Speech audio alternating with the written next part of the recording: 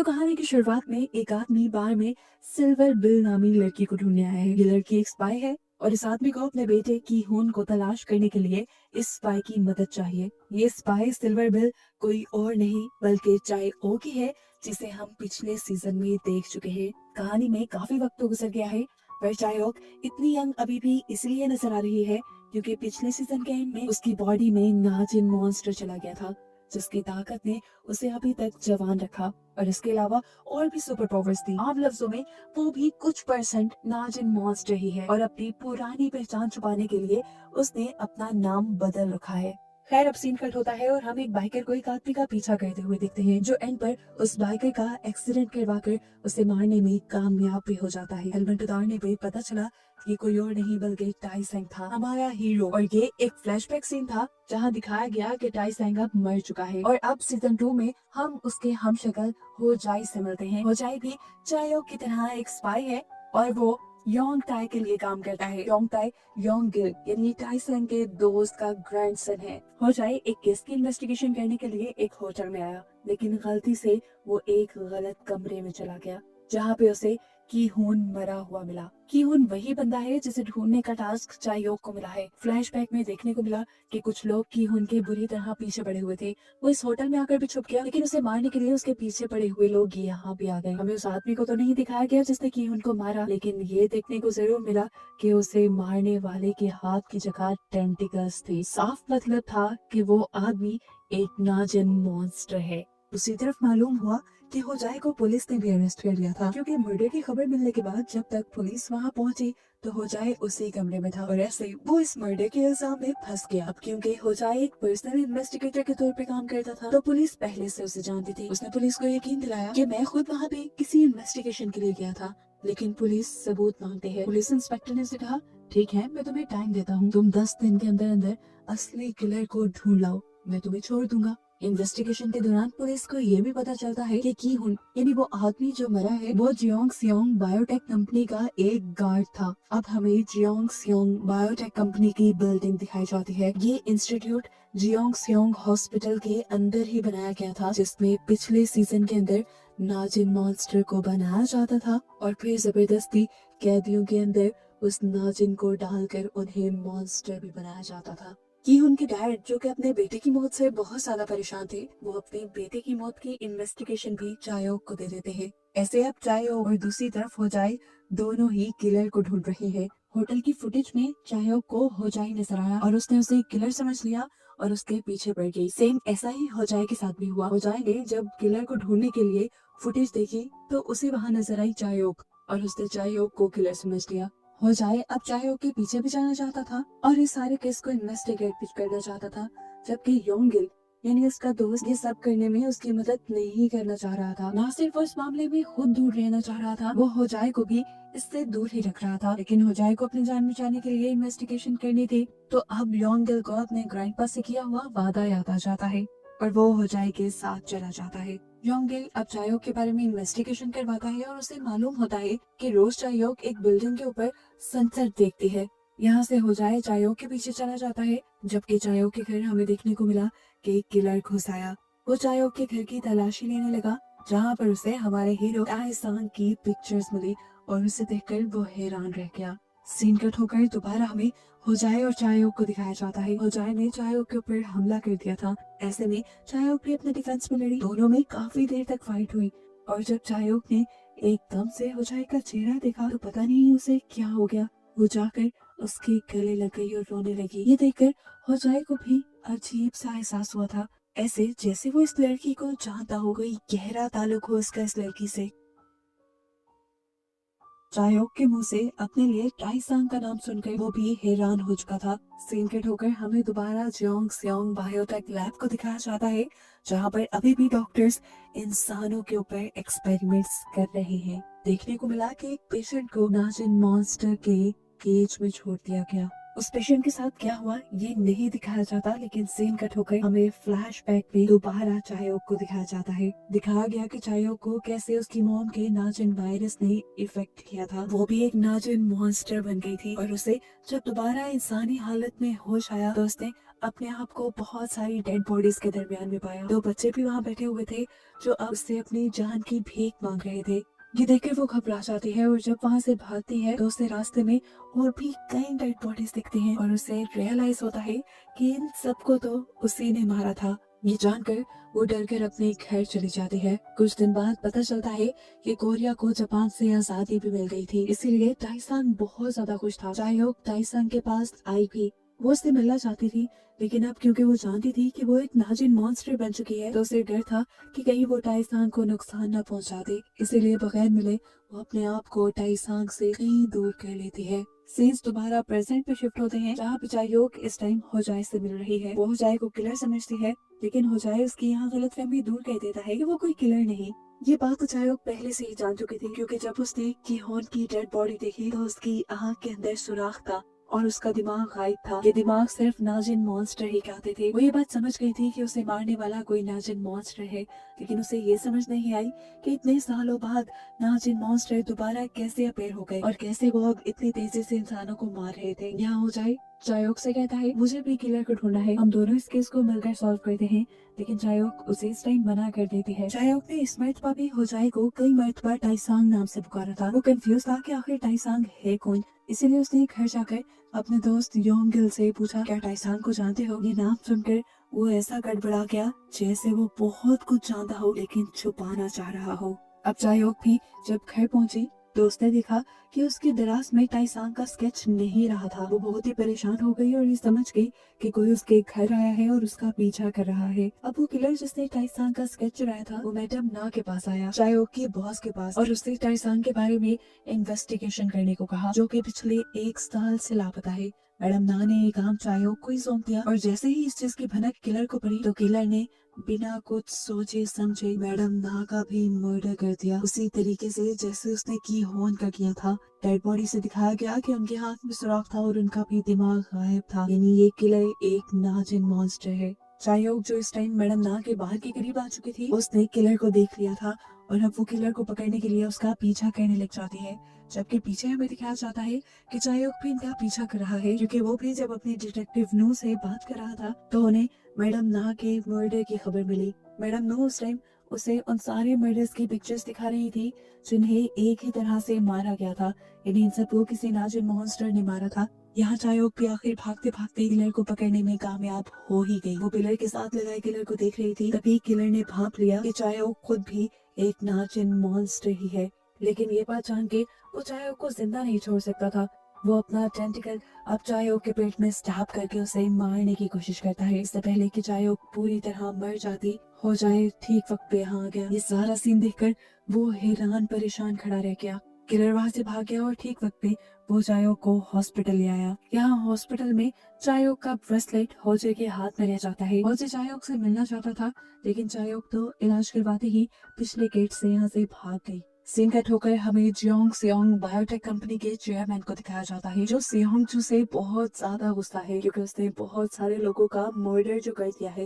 यानी किलर का नाम सियोंग जू है और उसका जियोंग सियोंग बायोटेक कंपनी से कोई गहरा ताल्लुक है। यहाँ पर कैप्टन उसकी खूब पिटाई करते हैं, उसे ये समझाने के लिए कि उसे मर्डर करना बंद करने होंगे, जिसके जवाब में वो एक नया सवाल कर देता है कि क्या टाइसांग जिंदा है।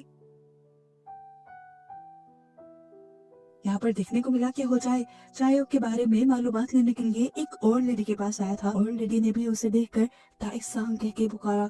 वो हैरान हो गया और उसने पूछा टाइसांग कौन। उस लेडी ने बात बदल दी और बोली तुम भी टाइसांग की तरह बहुत खुले दिल के हो और तुम्हारा ऑफिस भी टाइसांग की ओल्ड दुकान के ऊपर है, बस इसलिए मेरे मुंह से नाम निकल गया। यहाँ बायोटेक कंपनी के अंदर हम देखते हैं कि चेयरमैन कैप्टन क्रोको को डांट रहे हैं क्योंकि जो उसने एक्सपेरिमेंट किया है वो उसके कंट्रोल से बाहर है। चेयरमैन उसे धमकी देते हैं कि अगर कुछ वक्त में तुम उसे अपने कंट्रोल में ना लेकर आए तो हमें तुम्हारी जगह किसी और को देनी होगी। फ्लैशबैक से पता चलता है कि कैप्टन क्रोको के अंदर जियोंग सियोंग कंपनी के लोगों ने नाजिन मॉन्स्टर को इम्प्लांट किया था ताकि उनकी कंपनी चलती रहे। यहाँ हम देखते हैं कि अब हो जाए अपने दोस्त योंगल के पास आया है। वो अपने पास्ट के बारे में सवाल कर रहा है क्योंकि पिछले 1 साल के अलावा उसे अपने पास्ट का कुछ भी याद नहीं रहा। शायद उसका कोई एक्सीडेंट हुआ होगा। योंगिल ने उसे कहा तुम अपने पास्ट को अगर ना ही याद करो तो अच्छा है। वो सब बहुत भयानक था, तुम अपने आज में जियो। अभी वो लोग बात ही कर रहे थे कि उनके घर पे नॉक हुआ। चायोक यहाँ पर आई थी और जय के साथ मिलकर किलर को ढूंढने के लिए, जो कि असल में सियोंग जो ही था। यहाँ सियोंग जो चायोक के घर से रहा सारा सामान छुपा रहा था।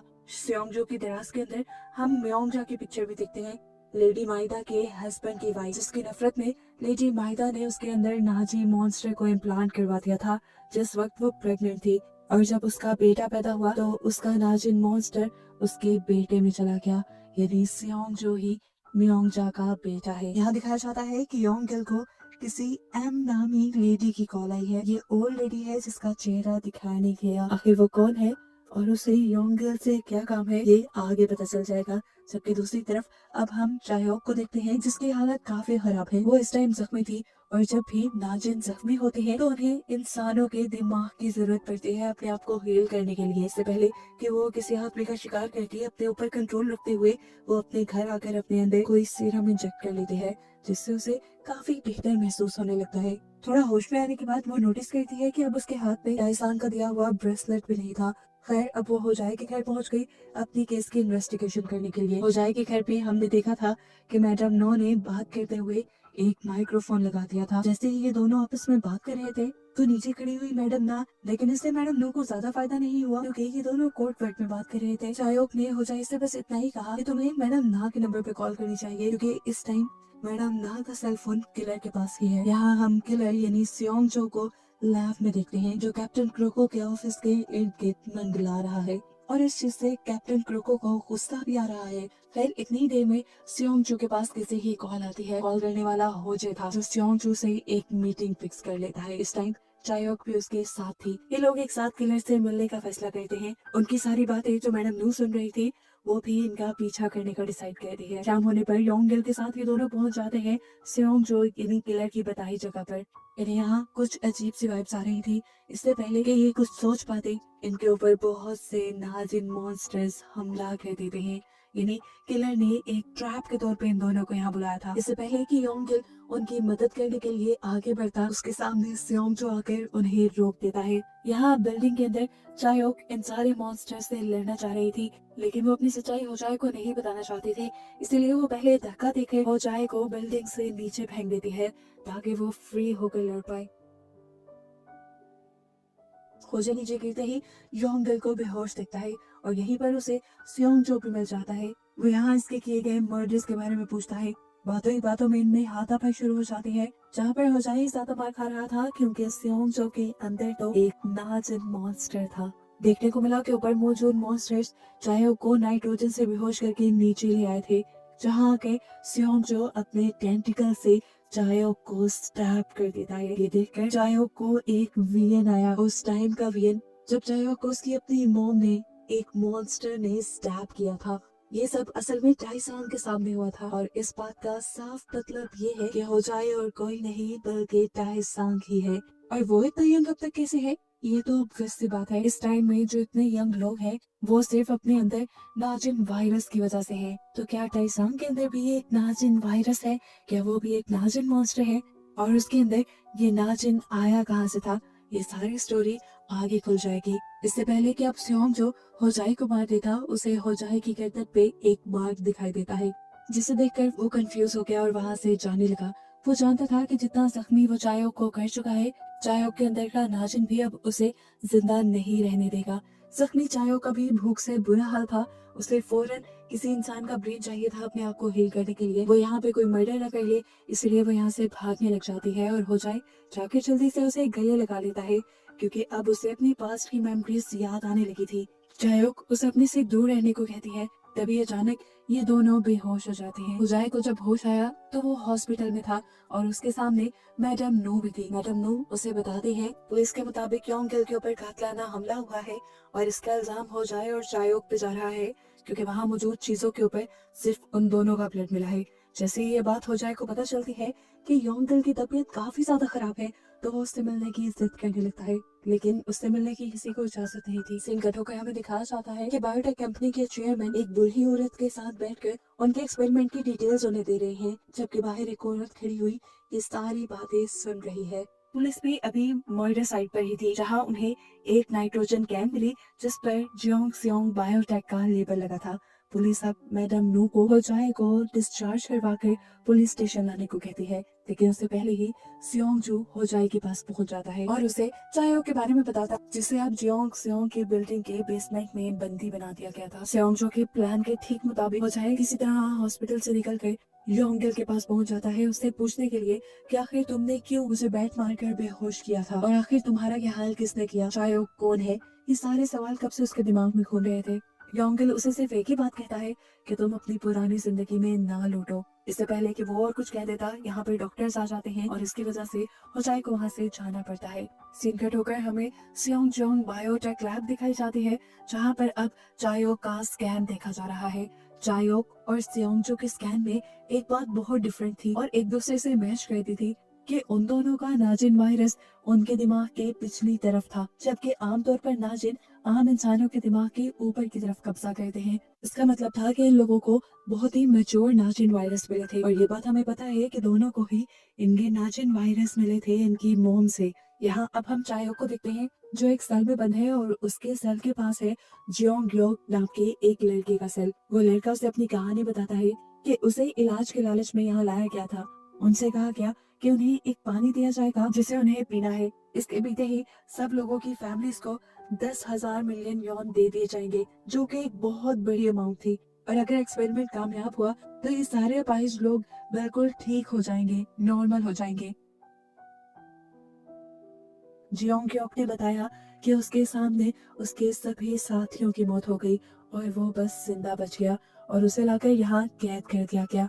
चायोक ने उसे गौर से देखा, उसकी गर्दन में भी एक नाजिन वायरस रेंग रहा था। ये देखकर वो खौफ से कांप गई कि ये लोग अभी भी नाजिन मॉन्स्टर के ऊपर एक्सपेरिमेंट कर रहे थे। हम देखते हैं कि होजाए अब अपने घर आ गया था। योंगल के सामान में उसे एक पिक्चर मिलती है जिसमें वो खुद खड़ा था, उसके साथ योंगल के ग्रैंडपा योंग टाई भी थे। इसे देखकर वो हैरान हो गया और उसे अपनी पुरानी मेमोरीज याद आने लगी, अपनी पुरानी टीम उसे याद आने लगी। एकदम से उसे फील हुआ कि इस दीवार के पीछे भी कुछ हो सकता है। वॉलपेपर जब उसने हटाया तो वाकई उसके पीछे एक पूरी शॉप थी। ये टाइसान की ओल्ड शॉप थी जिसमें वो लोगों की कीमती चीजें खरीदा और बेचा करता था। यहाँ पर उसे अपनी काफी सारी फेक आईडीज मिलती है और चायोक का एक पोस्टर मिलता है उस टाइम का जब सीजन फर्स्ट में चायोक एक मर्डर करके भागी थी। अब इससे पहले कि वो सारी चीजों को पहचान जाता, सियोंग जो वहाँ पहुंच जाता है और इन दोनों के दरमियान में हाथापाई शुरू हो जाती है। ये लोग लड़ ही रहे थे कि मैडम ना भी इनका पीछा करते करते यहाँ आ गई, लेकिन ये दोनों मैडम ना के हाथ नहीं लगे, शायद ये कहीं भाग गए थे। सियोंग जो उसे लेकर एक बड़े से टैंक के पास आया था। इस टैंक के अंदर हमें नाजिन वायरस को घूमते हुए दिखाया जाता है। वो यहाँ होजाए से कहता है तुम इसके अंदर जाओ और पहले जैसे हो जाओ। सीन कट होकर हमें दोबारा जियोंग सियोंग बायोटेक लैब को दिखाया जाता है, जहाँ पर कैप्टन प्रोको अब चायोक के पास आई है। यहाँ आते ही उसने सारी सच्चाई चायोक को बता दी कि ये लैब अभी भी पुरानी ही है और पुराने ही काम कर रही है, यानी नाजिन पर एक्सपेरिमेंट्स कर रही है और इसके फाउंडर कोई और नहीं बल्कि काटो और लेडी माइदा ही है और इस टाइम यहाँ का चेयरमैन काटो का बेटा है। इसके बाद अब चायोक को उठाकर लेडी माइदा के पास लेकर आया जाता है। बूढ़ी औरत के पीछे से हमें लेडी माइदा को दिखाया जाता है जो अभी जवान और पहले की तरह खूबसूरत नजर आ रही थी। हालांकि बॉम्ब में उनका पूरा चेहरा जल गया था, उनकी बॉडी तक जल गई थी, लेकिन काटो ने उनको ठीक करने का वादा किया था। उनको अब तक जवान देखकर हम ये अंदाजा लगा सकते हैं कि काटो ने उनकी बॉडी के अंदर नाजिन वायरस को ही डाला था, जिसकी वजह से वो अभी तक जवान भी है, खूबसूरत भी है और उनमें कई सारी सुपर पावर्स भी होंगी। सीन्स फ्लैशबैक में जाते हैं, यानी सीजन 1 के बाद के कुछ सीन्स दिखाए जाते हैं जब लेडी माइदा दोबारा ठीक होने के बाद टाइसांग के पास गई है। वो उससे दोस्ती का हाथ बढ़ाना चाहती है।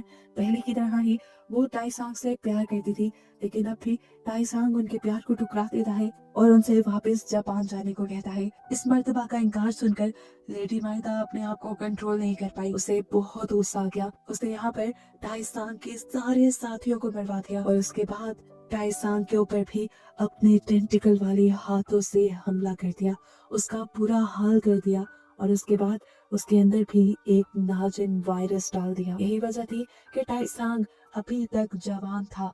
इन सभी लोगों की तरह वो भी अपनी फेक आईडीज के साथ यहाँ पर रह रहा था, लेकिन कुछ अर्सा पहले होने वाले एक्सीडेंट की वजह से उसे अपनी सारी पुरानी लाइफ भूल गई थी। सीन्स दोबारा प्रेजेंट में शिफ्ट होते हैं, जहाँ पर चायोक को होजाई की सच्चाई नहीं पता, लेकिन लेडी माइदा चायोक को बताती है कि असल में होजाई ही असली टाइसैंग है। इस सब के बाद चायोक को उठाकर टाइसैंग के टैंक के पास लेकर आया जाता है। टैंक के अंदर एक नाजिन वायरस था और टाइसैंग को उस टैंक के अंदर डाला जा रहा था। चायोक उसे रोकना चाहती थी, वो जोर जोर से चिल्ला रही थी, लेकिन टाइसैंग उसकी आवाजें नहीं सुन पा रहा था। देखने को मिला कि टाइसन के अंदर दोबारा से नाजिन वायरस जा चुका है। ये इसका पहले वाला ही वायरस है और वायरस के दोबारा ब्रेन में जाते ही टाइसन की सारी याददाश्त भी वापस आ गई है, क्योंकि पिछले एक्सीडेंट के बाद उसके दिमाग से ये नाजिन वायरस निकल चुका था।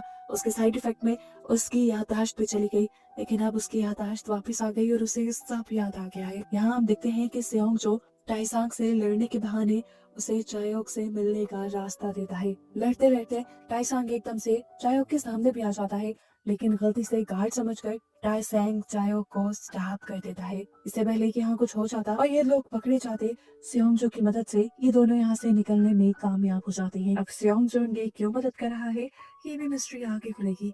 सीन कट होकर अब हमें उसी ओल्ड लेडी को दिखाया जाता है जिसके पास टाइसैंग गया था चायोक की इंफॉर्मेशन लेने के लिए। वो ओल्ड लेडी पुलिस इंस्पेक्टर को कॉल करती है और उससे कहती है, आप जानते हैं ना ये सारे मर्डर होजाई नहीं कर सकता, क्योंकि होजाई ही असली टाइसैंग है। इसके बाद सीन पास्ट में शिफ्ट होते हैं और हमें सेओंगजो का पास्ट दिखाया जाता है। देखने को मिला कि पास्ट टाइम में लेडी माइदा, जिनके अंदर खुद एक नाजिन वायरस था, उन्होंने सेओंगजो को अडॉप्ट कर लिया। सेओंगजो को छोटे होते अपनी सच्चाई का नहीं पता था। एक दिन वो कंट्रोल से बाहर हुआ और उसने एक मेड का मर्डर कर दिया।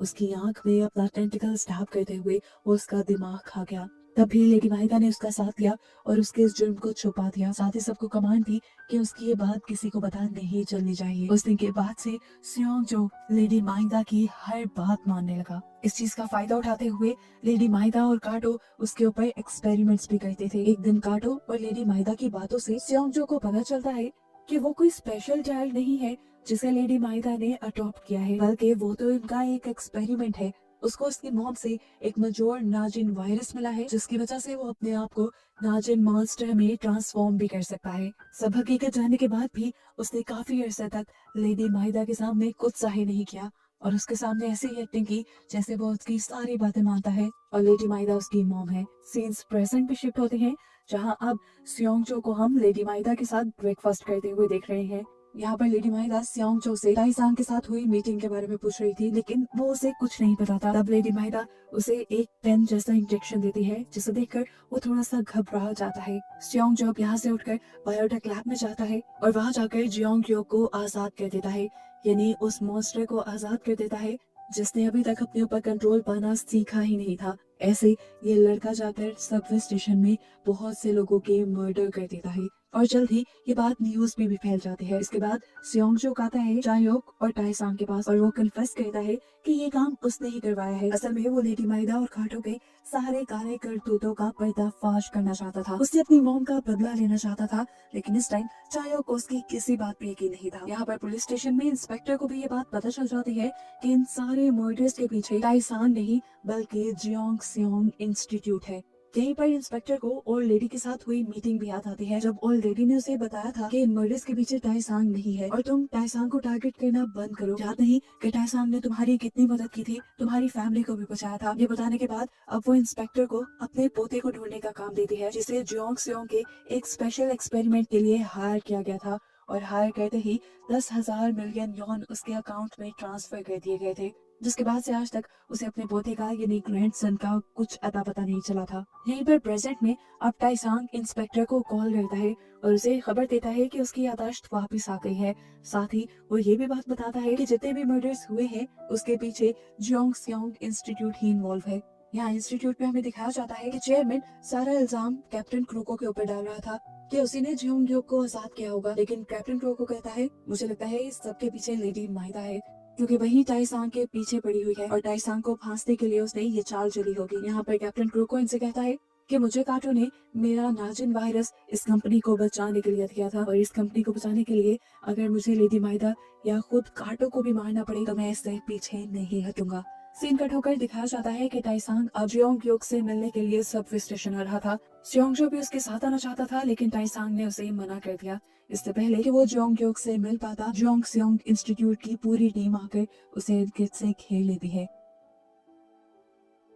इस टाइम टाइसांग के साथ पुलिस की भी पूरी टीम आई हुई थी सबवे स्टेशन से जियोंग क्योक को पकड़ने के लिए। पुलिस के पास उसके अरेस्ट वारंट थे, जबकि कैप्टन क्रू को यहाँ पर एक नया वारंट ले आते हैं। ये वारंट हाई अथॉरिटी से आया था, जिसके अकॉर्डिंग वो लोग जियोंग क्योक को यहाँ से ले जा सकते थे, क्योंकि वो एक बहुत ही खतरनाक वायरस से इन्फेक्टेड था और अगर वो बाहर रहता तो और लोगों को नुकसान पहुंचा सकता था। ऐसे इंस्पेक्टर के हाथ जियोंग क्योक नहीं लगता, जिसके बाद इंस्पेक्टर यहाँ से चले जाते हैं बिना इस चीज की परवाह किए कि टाइसांग भी यहाँ था। टाइसांग को कैप्टन क्रू को किडनैप करवा के उसकी गर्दन में कुछ इंजेक्ट कर देता है। जब उन्होंने सबवे स्टेशन पे ये काम किया, तब की यहाँ की सारी कैमरा की फुटेजेस भी इन्होंने गायब कर दी। इंजेक्ट करने के बाद उसे टाइसांग को छोड़ा नहीं, बल्कि अपनी वैन में ही बिठाकर वो उसे कहीं ले जाने लगा। ये बात जैसे ही चायोक को पता चली तो चायोक उनका पीछा करने लगी। चायोक के साथ डिटेक्टिव नू भी उनका पीछा कर रही थी और साथ में सियोंग जो भी उनका पीछा कर रहे थे। कैप्टन क्रोको को जब ये अंदाजा हुआ कि बहुत से लोग उसका पीछा कर रहे हैं, तो उसने अपनी पूरी टीम, अपनी सारी गाड़ियों को इर्द गिर्द भेज दिया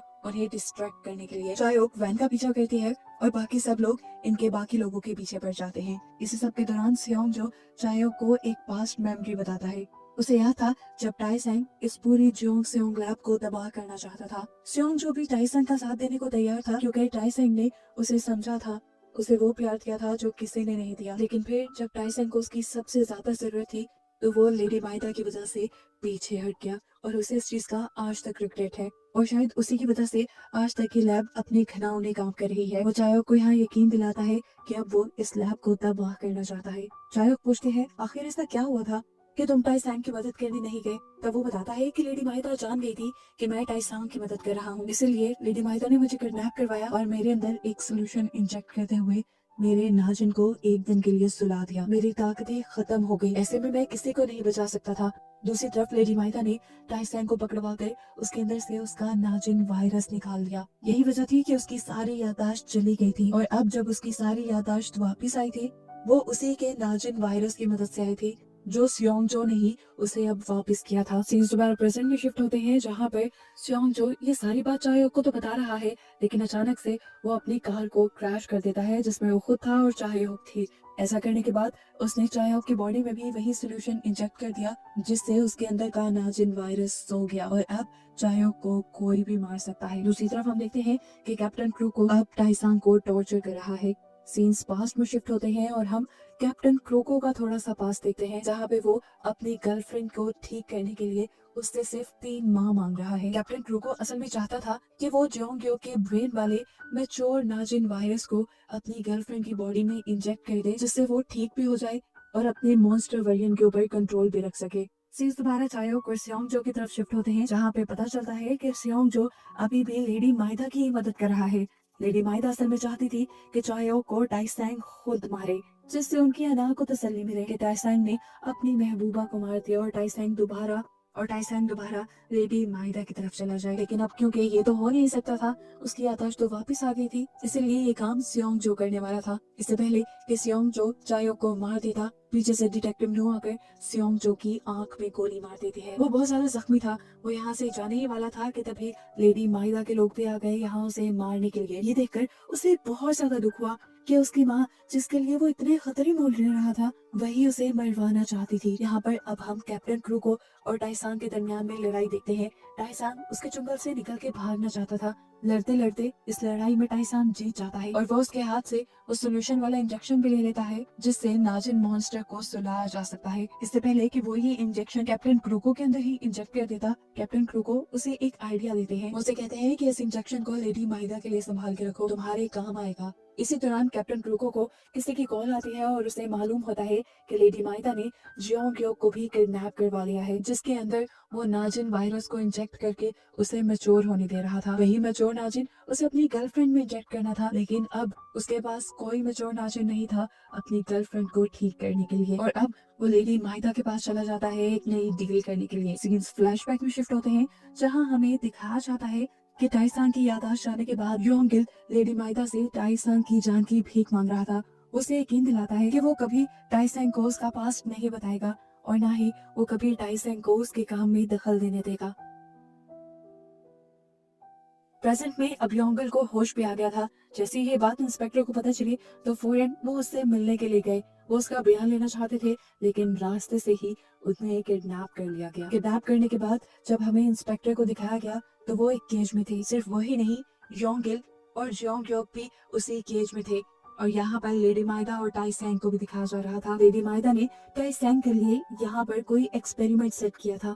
दूसरी तरफ दिखाया जाता है कि कैप्टन क्रू को चायोक के अंदर का नाजिन मॉन्स्टर निकालने में लगा हुआ है, ताकि उसे वो अपने मकसद के लिए इस्तेमाल करे। कैप्टन क्रूको ने लेडी माइदा के साथ ये डील की थी। लेडी माइदा ने ही उसे आइडिया दिया था कि वो चायोक का नाजिन निकाले, जिसके बाद चायोक मर जाए और फिर टाइसांग उसके पास आ जाए। यहाँ पे इससे पहले कि टाइसांग अपने ही दोस्तों को मारता, उसे याद आता है वो इंजेक्शन जो उसे कैप्टन क्रूको से मिला था। वो जल्दी से यही इंजेक्शन लेडी माइदा को इंजेक्ट कर देता है और फिर अपने दोस्तों को बचाने की कोशिश में लग जाता है, जिनको अब नाजिन मॉन्स्टर के सामने लाकर फेंक दिया गया था। मॉन्स्टर से लड़कर अपनी सहानत का इस्तेमाल करते हुए आखिर उसने तीनों साथियों को तो अपने यहाँ से निकाल ही दिया, लेकिन अब उसके सामने ये जो मॉन्स्टर था वो जानता था कि इसके अंदर भी छुपा हुआ एक इंसान है।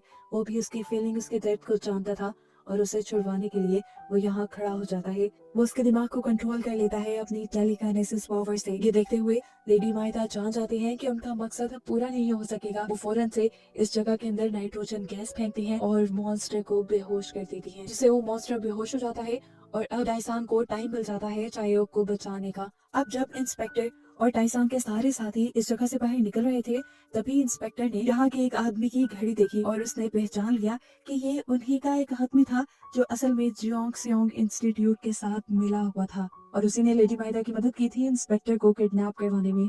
अब वो भी समझ गया था कि इनके इरादे बहुत ज्यादा खतरनाक हैं। वो फौरन डिटेक्टिव ना को इस इंस्टीट्यूट के बंद करने के वारंट जारी करने को कहता है। ये लोग यहाँ की बहुत इन्वेस्टिगेशन करते हैं, लेकिन आखिर में इस लैब से उन्हें कुछ ऐसा नहीं मिलता जिसके बल पे वो लोग और इस लैब को बंद कर सके। लैब आखिर में खुल ही जाती है, जिस चीज से इंस्पेक्टर बहुत ज्यादा परेशान हो जाते हैं क्योंकि वो सच्चाई जानते थे। खैर, अब दिखाया जाता है कि स्योंगजा अपनी मॉम यानी लेडी माइदा के पास आया है। वो कहीं ना कहीं लेडी माइदा को अपनी मॉम की तरह प्यार करता था, लेकिन यहाँ पर लेडी माइदा ने उससे कहा, मैंने तुमसे कभी प्यार नहीं किया, तुम म्योंग जा के बैठे थे, मैं तुमसे कैसे प्यार कर सकती थी। लेकिन मैं ये बात जानती थी कि म्योंग जा के अंदर जो वायरस था वो बहुत मैच्योर हो चुका था। अब वही वायरस तुम्हारे अंदर था और तुम्हारे अंदर कुछ एक्स्ट्रा एबिलिटीज थी, इसीलिए तुम्हारे इस्तेमाल करने के लिए इतने साल मैंने तुम्हें अपने साथ लगा के रखा। ये सारी सच्चाई सुनकर जैसे स्योंगजा तो टूट सा गया था। उसने पूरी उम्र लेडी माइदा की बातें ऐसे मानी जैसे वो उसका नौकर हो, लेकिन ये सब उसने प्यार में किया था। अब जब उसकी सारी इमोशंस खत्म हो गए तो तब उसने लेडी माइदा को स्टैप करके मॉन्स्टर के कंटेनर में फेंक दिया और लेडी माइदा मॉन्स्टर की बॉडी से निकलने वाले एसिड से जलकर मर गई। इस सब के बाद हम दोबारा टाइसेंग को देखते हैं, जो अभी भी चायोक को बचाने की कोशिश में है। वो चायोक को बचाने के लिए दोबारा बायोटेक लैब में आया, जहाँ उसने देखा कि अब चायोक को उस कंटेनर में डाल दिया, जिसमें डालने के बाद उनकी बॉडी से नाजिन वायरस बाहर निकल आता है। वो नहीं चाहता था कि उसकी बॉडी से नाजिन वायरस निकाल दिया जाए, क्योंकि अगर ऐसा हुआ तो अपनी सारी मेमोरीज खो देगी।